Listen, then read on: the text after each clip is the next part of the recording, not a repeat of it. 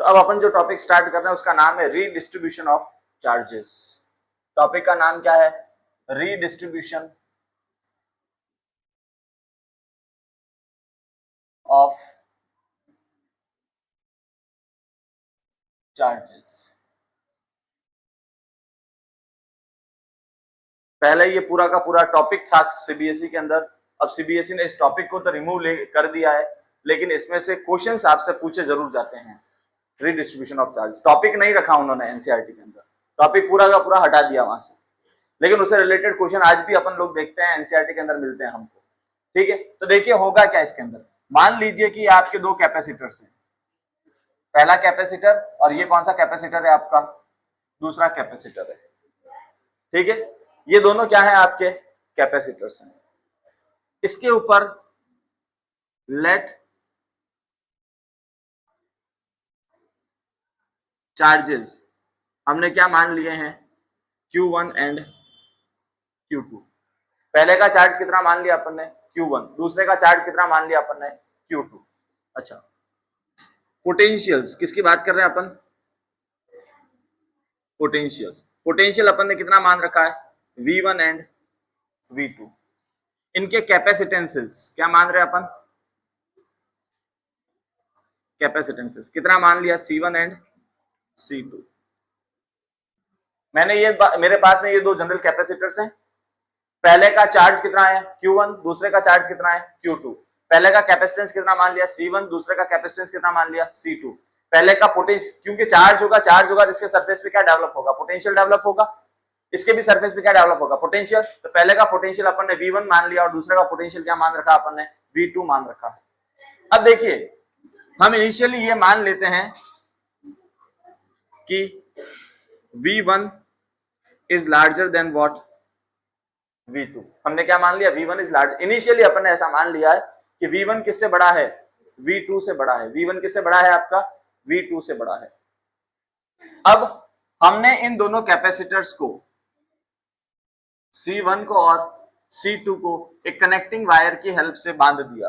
अब आप खुद सोचिए कि दोनों का पोटेंशियल अगर अलग है, कैपेसिटर्स आइडेंटिकल थे और दोनों का पोटेंशियल अलग है, यानी दोनों के ऊपर चार्ज का वैल्यू भी कैसा है? अलग अलग होगा। तो चार्ज ही तो उसके सरफेस पे पोटेंशियल डेवलप करता था, KQ/R।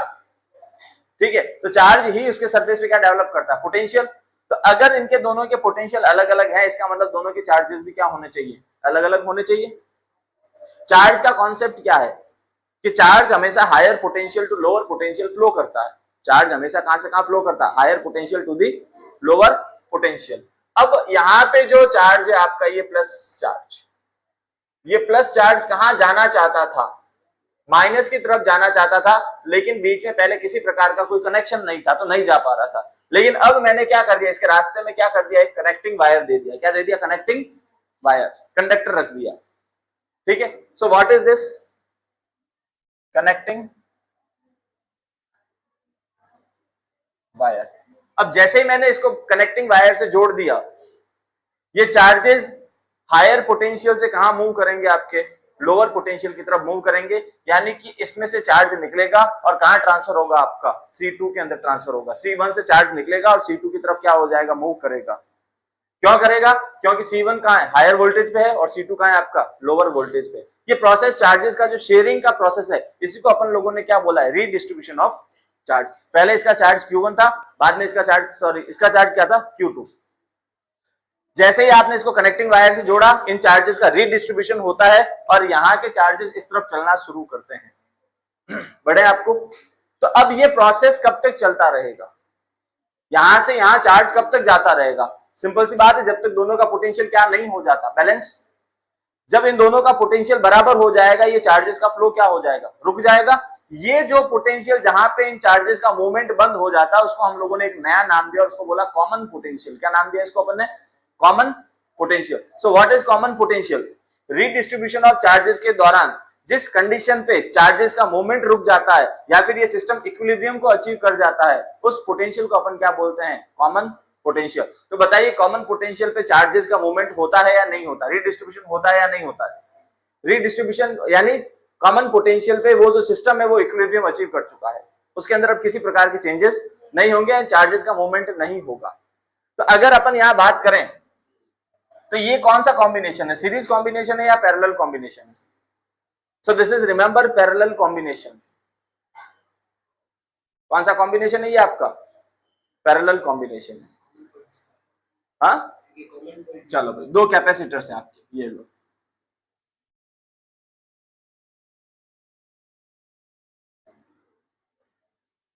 कौन सा कॉम्बिनेशन है, सीरीज है या पैरेलल है? कैसे सीरीज है? ये लो। कौन सा कॉम्बिनेशन है ये? आप कैसे भी देखिए, ये हमेशा कैसा कॉम्बिनेशन बनाएगा आपका? पैरेलल। हाँ, अब इसमें कंफ्यूजन क्रिएट होता है जब तक आपको स्पेशल कंडीशन नहीं दिया है। अगर वो दो कैपेसिटर ऐसे दे रहा है तो वो हमेशा दो क्या बोलते, उसने कुछ नहीं दिया था, हम उसको क्या मानेंगे? पैरेलल ही मानेंगे। लेकिन अगर वो सीरीज होगा तो क्वेश्चन आपको अलग से बोलेगा कि ये कॉम्बिनेशन कौन सा है आपका? सीरीज कॉम्बिनेशन है। पैरेलल को जब जोड़ोगे आप तो हमेशा, सॉरी, दो कैपेसिटर को जब इस प्रकार से जोड़ोगे तो हमेशा कैसा कॉम्बिनेशन बनेगा आपका? पैरेलल। तो अब ये पैरेलल कॉम्बिनेशन है कि सीरीज कॉम्बिनेशन है? So this is parallel combination. किसकी बात कर रहे हैं अपन? Parallel combination. अच्छा, इसका पूरे सिस्टम का टोटल चार्ज क्या है बताओ मेरे को? टोटल चार्ज किसकी बात कर रहे हैं अपन? टोटल चार्ज कैपिटल Q कितना हो जाएगा आपका? Q1 plus Q2। ये दो ही चार्ज बनेंगे आपका। इस पूरे सिस्टम का टोटल चार्ज कितना है? Q1 plus Q2। अच्छा, इस पूरे सिस्टम का टोटल कैपेसिटेंस कितना है बताओ? टोटल कैपेसिटेंस कितना है बताओ? तो ये क्या बन जाएगा? C, और ये क्या हो जाएगा? C1 plus. पैरेलल कॉम्बिनेशन में इक्विवेलेंट कैपेसिटेंस का फॉर्मूला क्या होता है? C1 प्लस C2 होता है। तो ये पूरा सिस्टम मिला के आपका कितना कैपेसिटेंस बनाएगा? C1 plus C2। What is common potential? अगर अपन कॉमन पोटेंशियल की बात करें, कॉमन पोटेंशियल, कॉमन पोटेंशियल को मैं कैपिटल V से लिख रहा हूं। What is common potential? It is that potential, it is that potential where redistribution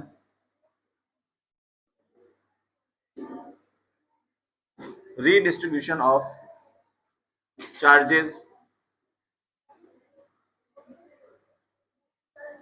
stops।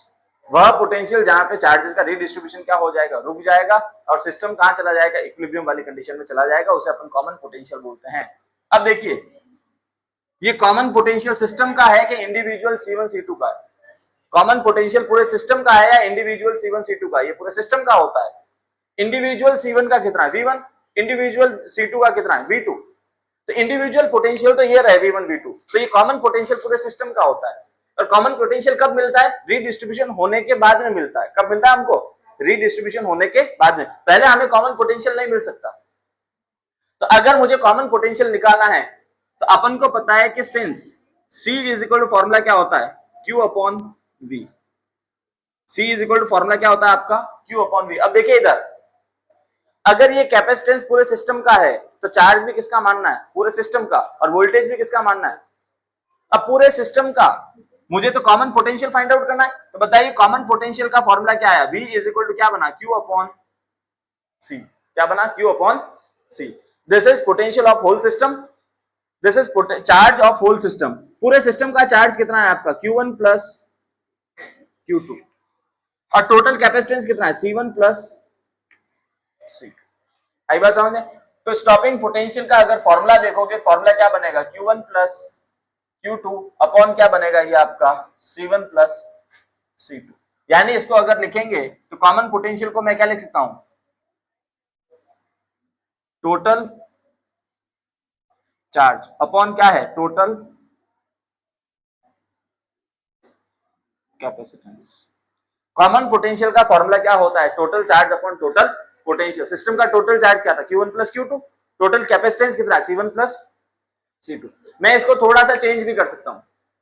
मैं इसको क्या कर सकता हूं? चेंज भी कर सकता हूं। कैसे चेंज करेंगे? अब देखिए, शेयरिंग के बाद में मुझे Q1 Q2 तो नहीं पता है ना।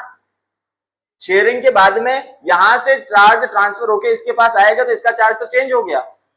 अब Q1 Q2 का वैल्यू तो मुझे नहीं पता है ना। रीडिस्ट्रीब्यूशन जब कॉमन पोटेंशियल मिल गया तब इसका चार्ज क्या Q2 रहा? अब नहीं रहा ना, इसके ऊपर कुछ और आ गया, चेंज हो गया ये तो Q1 Q2 हमारे लिए प्रॉब्लम क्रिएट करते हैं।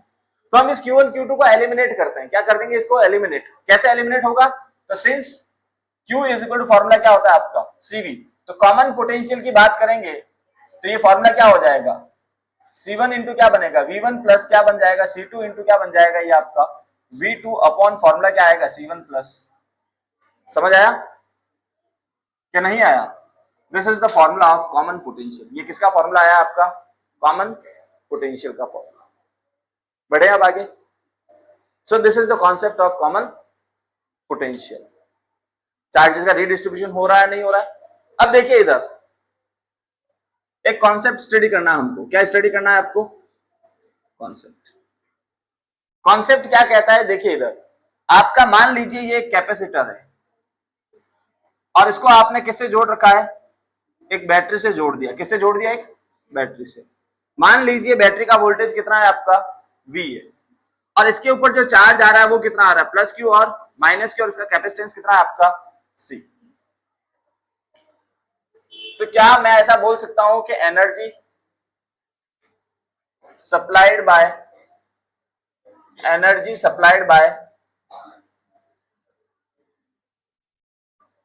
बैटरी टू कैपेसिटर निकालना है, यही होता है। एनर्जी किसके बराबर होती है, very good, energy is equal to how much, work, यही होता है। अब देखिए since V is equal to formula क्या होता है W अपॉन Q। तो बताइए वर्क कितना आया, चार्ज इंटू वोल्टेज। क्या होगा, चार्ज इंटू वोल्टेज। तो बैटरी ने एनर्जी कितनी सप्लाई किया कैपेसिटर को, तो अगर एनर्जी की बात करें, energy given by battery, energy given by battery की अगर बात करें तो U इज इक्वल टू कितना हो जाएगा Q इंटू V। कैपेसिटर का ऊपर चार्ज कितना था, कैपेसिटर का चार्ज कितना था। सो बैटरी ने कैपेसिटर को कितना एनर्जी दिया, Q into V। Now energy stored in the capacitor कितना होता है, U इज इक्वल टू क्या होता है। आप लोग अपने पेज पलट के चेक कर सकते हैं, क्या कल मैंने ऐसा energy stored in the capacitor का फॉर्मूला लिखाया है। अब यहां से समझने वाली बात क्या, इधर देखिए बैटरी ने कितना एनर्जी दिया Q इंटू V, कैपेसिटर तक कितना गया, यानी हाफ QV कहां गया फिर अपना। बैटरी ने कितना एनर्जी दिया अपन को QV, कैपेसिटर तक पहुंचा कितना, half QV। Where is the half QV gone. तो अब देखिए क्या हो रहा है, यहां से जब ये एनर्जी ट्रांसफर हो रही थी यानी चार्ज ट्रांसफर हो रहा था तो कुछ एनर्जी हीट के फॉर्म में बाहर आ रही थी। किस फॉर्म में बाहर आ रही थी, क्योंकि चार्ज चलेगा तो रेजिस्टेंस कोलिजन्स होंगे, वहां पे क्या डेवलप होगा, हीट। तो इसका मतलब हीट एनर्जी लॉस्ट। ठीक है, क्या पूछ रहे हैं अपन, हीट एनर्जी लॉस्ट। और वो कितना हो जाएगा, H इज इक्वल टू क्या बनेगा, हाफ Q इंटू V। आपसे हो सकता है ये क्वेश्चन पूछा जा सकता है कि किसी भी कैपेसिटर द्वारा कितनी एनर्जी हीट के फॉर्म में लूज की जाती है, half Q into V। Battery से अगर 10 जूल एनर्जी गया कैपेसिटर तक, बैटरी से कितना निकला है 10 जूल, तो कैपेसिटर तक पहुंचेगा कितना 5 जूल, और 5 जूल क्या बन जाएगा आपका, हीट बन जाएगा। आई बात समझ में। कैपेसिटर बैटरी से अगर 10 जूल एनर्जी निकला तो कैपेसिटर तक कितना पहुंचा 5, और 5 आपका क्या बन जाएगा, हीट के फॉर्म में रेडिएट आउट हो जाएगा। Done, write down effect of dielectric on various parameters. अब कौन से इफेक्ट, कौन से पैरामीटर्स, उसके बारे में अपन डिस्कस करेंगे। तो देखिए यहाँ पे दो केस बनेंगे। एक बार कैपेसिटर लिया अपन ने, उसके साथ बैटरी जोड़ा, बैटरी जोड़ा हुआ ही है और अपन उसकी प्लेट्स के बीच में डाइलेक्ट्रिक स्लैब इंसर्ट करेंगे। तो हमें जो पैरामीटर्स चेक करने हैं उसमें सबसे पहले एक तो आता है चार्ज। कौन सा पैरामीटर आता है आपका, चार्ज। दूसरा जो आता है वो होता है पोटेंशियल, दूसरा पैरामीटर चेक करना है पोटेंशियल। तीसरा पैरामीटर हमको चेक करना है इलेक्ट्रिक फील्ड बिटवीन प्लेट्स।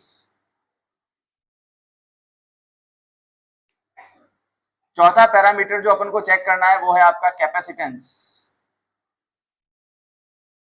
और पांचवा पैरामीटर हमको चेक करना है energy.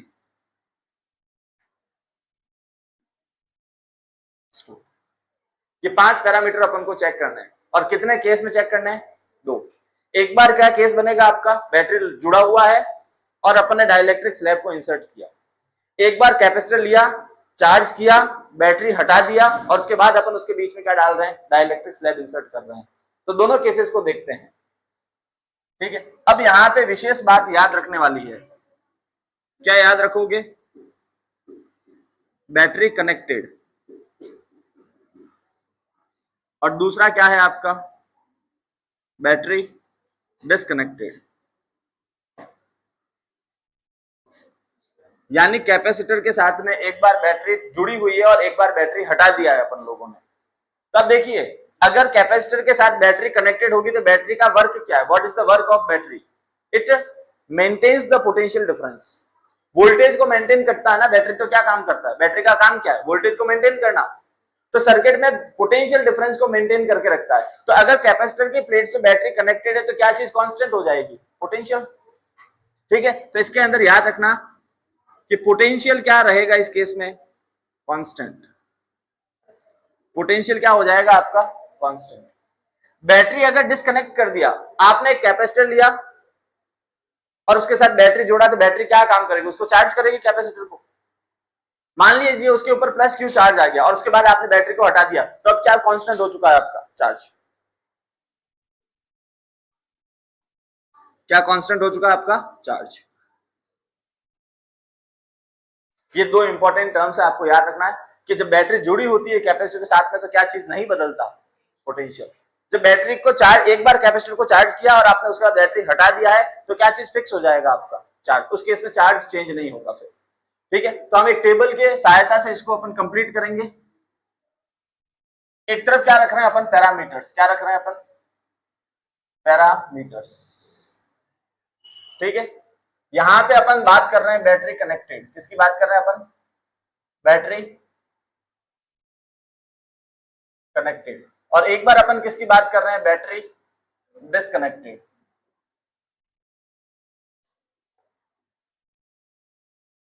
Battery connected and battery disconnected.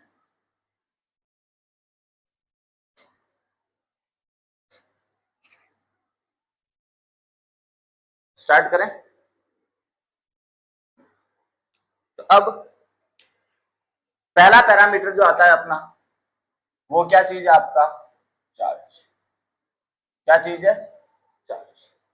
और चार्ज को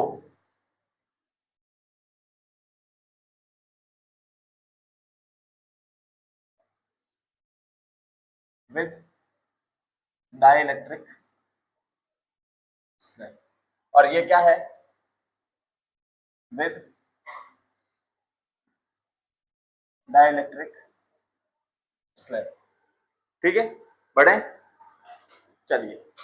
और यहां पे विदाउट डाइलेक्ट्रिक स्लैब है। कौन सा है? Without slab. Parameters. Charge. Charge को मैंने क्या रखा है? Q naught. क्या रखा है चार्ज को मैंने? Q not. मेरे को बताओ, जब बैटरी कनेक्टेड होती है तब चार्ज कांस्टेंट होता है कि बदलता है? देख के बताइए। हाँ, वेरिएबल होता है। और जब बैटरी डिस्कनेक्टेड होती है तो चार्ज क्या हो जाता है? कांस्टेंट। कांस्टेंट मतलब जो पहले था। तो चार्ज इस केस में कितना रहेगा? इस केस में अगर चार्ज की बात करोगे तो चार्ज कितना रहेगा इसमें? Q इज इक्वल टू क्या रहेगा आपका? Q naught. क्या हो जाएगा? Charge Q is equal to क्या हो जाएगा आपका?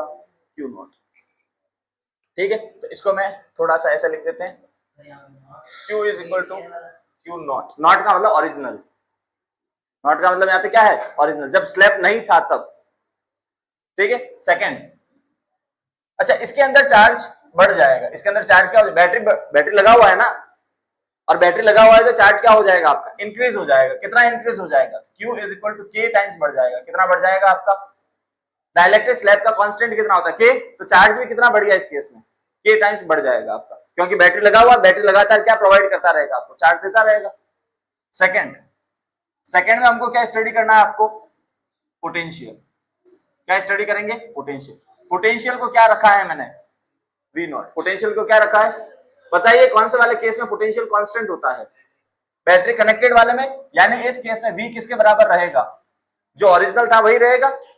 लेकिन इस केस में बताइए V का क्या होगा, बढ़ेगा या घटेगा, पोटेंशियल, पोटेंशियल बढ़ेगा या घटेगा इस केस में, तो इस केस में पोटेंशियल डिक्रीज हो जाएगा, क्या होगा, डिक्रीज। देखिए आपको एक चीज क्लियर है कि डाइलेक्ट्रिक स्लैब डालने से कैपेसिटेंस बढ़ता है या घटता है, तो बढ़ता है, ठीक है। इसको याद ऐसे रखिए, C is equal to formula क्या होता है, Q अपॉन V। इस केस में Q तो क्या है, कांस्टेंट है, यानी ये तो चेंज नहीं हो रहा। लेकिन अगर कैपेसिटेंस बढ़ा होगा तो वोल्टेज क्या हुआ होगा, घटाई तो होगा। कैपेसिटेंस कितना बढ़ रहा है इस केस में, K टाइम्स, तो वोल्टेज K टाइम्स घटा होगा इस केस में, ठीक है। तो इस केस में बताइए पोटेंशियल क्या हो गया, अच्छा पोटेंशियल तो इस केस में कांस्टेंट है, लेकिन इस केस में पोटेंशियल क्या हो गया है, V नॉट अपॉन, जो ओरिजिनल था उसकी तुलना में K टाइम्स डिक्रीज हो गया है। तीसरा केस क्या पढ़ना है अपन को इसमें, इलेक्ट्रिक फील्ड, किसकी बात कर रहे हैं अपन, इलेक्ट्रिक फील्ड। किससे लिखा है इसको मैंने, E नॉट से। किससे लिखा है मैंने, अगर वोल्टेज कांस्टेंट है तो इलेक्ट्रिक फील्ड भी क्या रहेगा, कांस्टेंट रहेगा, क्योंकि इलेक्ट्रिक फील्ड का फॉर्मूला क्या होता है, V अपॉन D। अगर V फिक्स है तो E भी क्या हो जाएगा आपका, फिक्स हो जाएगा। ये तो इस केस में बताइए क्या होगा इलेक्ट्रिक फील्ड का, K टाइम्स डिक्रीज हो जाएगा, क्या हो जाएगा, अगर वोल्टेज घटा है तो इलेक्ट्रिक फील्ड भी क्या होगा, घटेगा इस केस में। अच्छा नंबर 4 क्या पढ़ना है मुझे, कैपेसिटेंस। क्या पढ़ना है मुझे, कैपेसिटेंस। कैपेसिटेंस को मैंने क्या बता रखा है, C नॉट। इसमें बताओ कैपेसिटेंस क्या होगा, इस केस में कैपेसिटेंस, कैपेसिटेंस का फॉर्मूला क्या होता है, C इज इक्वल टू क्या होता है, Q अपॉन, समझना है इधर, C इज इक्वल टू क्या होता है, Q अपॉन V। अब V तो नहीं बढ़ रहा इस केस में, इस केस में V तो चेंज नहीं हो रहा, लेकिन K क्या हो, Q क्या हो चुका आपका, K टाइम्स बढ़ गया, तो कैपेसिटेंस K टाइम्स बढ़ा या नहीं बढ़ा आपका, ठीक है। तो कैपेसिटेंस इस केस में क्या हो जाएगा आपका, K टाइम्स बढ़ गया। अच्छा इस वाले केस में, इस वाले केस में बताओ कैपेसिटेंस क्या हुआ है, तो K टाइम्स फिर से क्या हो गया, बढ़ गया। अब बताओगे सर इसमें तो चेंज नहीं हुआ था वोल्टेज, फिर भी आपने K टाइम बढ़ा दिया। इसमें वोल्टेज K टाइम घट रहा है, फिर भी आप K टाइम बढ़ा रहे हो, तो कैसे हो रहा है, देखिए इधर C is equal to formula क्या है, Q अपॉन V, यही होगा। तो अगर C नॉट की बात करोगे तो Q नॉट V नॉट हो जाएगा।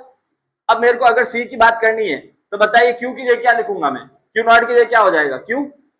V नॉट की जगह क्या लिखूंगा, V की जगह क्या आएगा, V नॉट अपॉन K। ये K कहां चला जाएगा आपका, ऊपर, तो वापस K times of C not हो जाएगा। ये तो घुमा फिरा के। लास्ट वाला क्या है, एनर्जी। एनर्जी का फॉर्मूला क्या होता है आपका, एनर्जी को मैंने यू नॉट रखा, एनर्जी को क्या रखा है मैंने, यू नॉट। अच्छा इसका फॉर्मूला लिख देना, वी नॉट अपॉन डी। इसका फॉर्मूला लिख देना, Q naught upon V naught. और इसका फॉर्मूला लिख देना, half C naught into V naught का स्क्वायर। ये इसके फॉर्मूले हैं, ठीक है। चलो भाई, एनर्जी बढ़ेगी या घटेगी इस केस में बताइए, क्या कैपेसिटेंस बढ़ा के टाइम्स, बिल्कुल बढ़ा है। और वी नॉट बढ़ा क्या नहीं बढ़ा, नहीं बढ़ा, तो के टाइम्स बढ़ गया, तो एनर्जी क्या हो जाए, के टाइम्स ऑफ, देखो इधर कैसे आया, एनर्जी चाहिए हाफ, क्या है सी नॉट, कैपेसिटेंस का फॉर्मूला क्या आ जाएगा, सी नॉट, यानी कि के टाइम्स ऑफ क्या हो जाएगा, एनर्जी क्या, हाफ सी वी स्क्वायर होता है आपका। सी कितना है आपका, यहां देख के बताओ मेरे को इसमें, के टाइम्स ऑफ सी नॉट, और वी कितना है, वी नॉट स्क्वायर। तो ये क्या, इसको ऐसा लिख दो, K half C naught V naught square, ये पूरा कितना है आपका यू नॉट। तो एनर्जी कितना बढ़ गया आपका, के टाइम्स बढ़ गया इस केस में, ठीक है। अच्छा इस केस में बताइए एनर्जी का क्या हुआ होगा, इस केस में एनर्जी घट गया के टाइम्स, इस केस में एनर्जी क्या हो जाएगा आपका, कैसे घटा आप इसको देखिए, U इज इक्वल टू क्या होता है, half C V square, half को तो हाफ रहने दिया, बताइए इसके अंदर C कितना है, के टाइम्स ऑफ क्या है आपका सी नॉट, सी का सॉरी सी नॉट है ना, इंटू वी की जगह क्या लिखूंगा, वी नॉट स्क्वायर अपॉन क्या आएगा, के से क्या कटा आपका के, तो ये फॉर्मूला क्या बना, 1 upon K into half C naught V naught square, ये कितना होता है यू नॉट। ये क्या होता है आपका यू नॉट, तो के टाइम्स डिक्रीज हो गया इस केस में आपका। हाफ सी वी स्क्वायर होता है एनर्जी, सी की जगह क्या लिख दिया मैंने, के टाइम्स ऑफ सी नॉट, और वी की जगह क्या लिखूंगा, वी नॉट अपॉन के, तो वी स्क्वायर है ना, तो वी नॉट स्क्वायर अपॉन के स्क्वायर हो जाएगा, ये के से के कट जाएगा, एक के बच गया पीछे।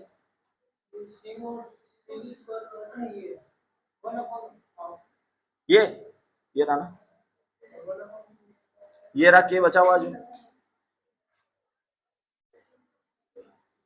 एनर्जी के टाइम्स डिक्रीज हो गई। ये सारे पैरामीटर हमको याद होने चाहिए, फटाफट आप देख लीजिए एक बार वापस से फटाफट 2 मिनट में। डाइलेक्ट्रिक स्लैब डालने से कौन से पैरामीटर बदलते हैं और कौन से नहीं बदलते हैं। इसमें 2 केस बनते हैं, एक बार बैटरी कनेक्टेड है और एक बार बैटरी को डिस्कनेक्ट कर दिया अपन ने। ओरिजिनल सारे ये वाले हैं आपके, विदाउट डाइलेक्ट्रिक स्लैब वाले हैं सारे के सारे। अब बैटरी को कनेक्ट किया हुआ और अपन ने डाइलेक्ट्रिक स्लैब को इंसर्ट किया तो चार्ज के टाइम्स बढ़ जाएगा, पोटेंशियल बैटरी कनेक्टेड इसलिए सेम रहेगा, क्योंकि पोटेंशियल सेम है तो इलेक्ट्रिक फील्ड भी क्या रहेगा, सेम रहेगा। कैपेसिटेंस के टाइम्स बढ़ जाता है और एनर्जी के टाइम्स बढ़ जाती है। बैटरी को डिस्कनेक्ट किया और उसके बाद डाइलेक्ट्रिक स्लैब डाला तो चार्ज कांस्टेंट हो जाएगा, लेकिन वोल्टेज के टाइम्स घटेगा, वोल्टेज घटने के कारण फील्ड भी के टाइम घटेगा, लेकिन कैपेसिटेंस हमेशा कैसा होगा, के टाइम्स बढ़ जाएगा और एनर्जी के टाइम्स इसमें क्या होगी, डिक्रीज होगी। So this was all about this chapter. ठीक है, स्टार्ट राइटिंग।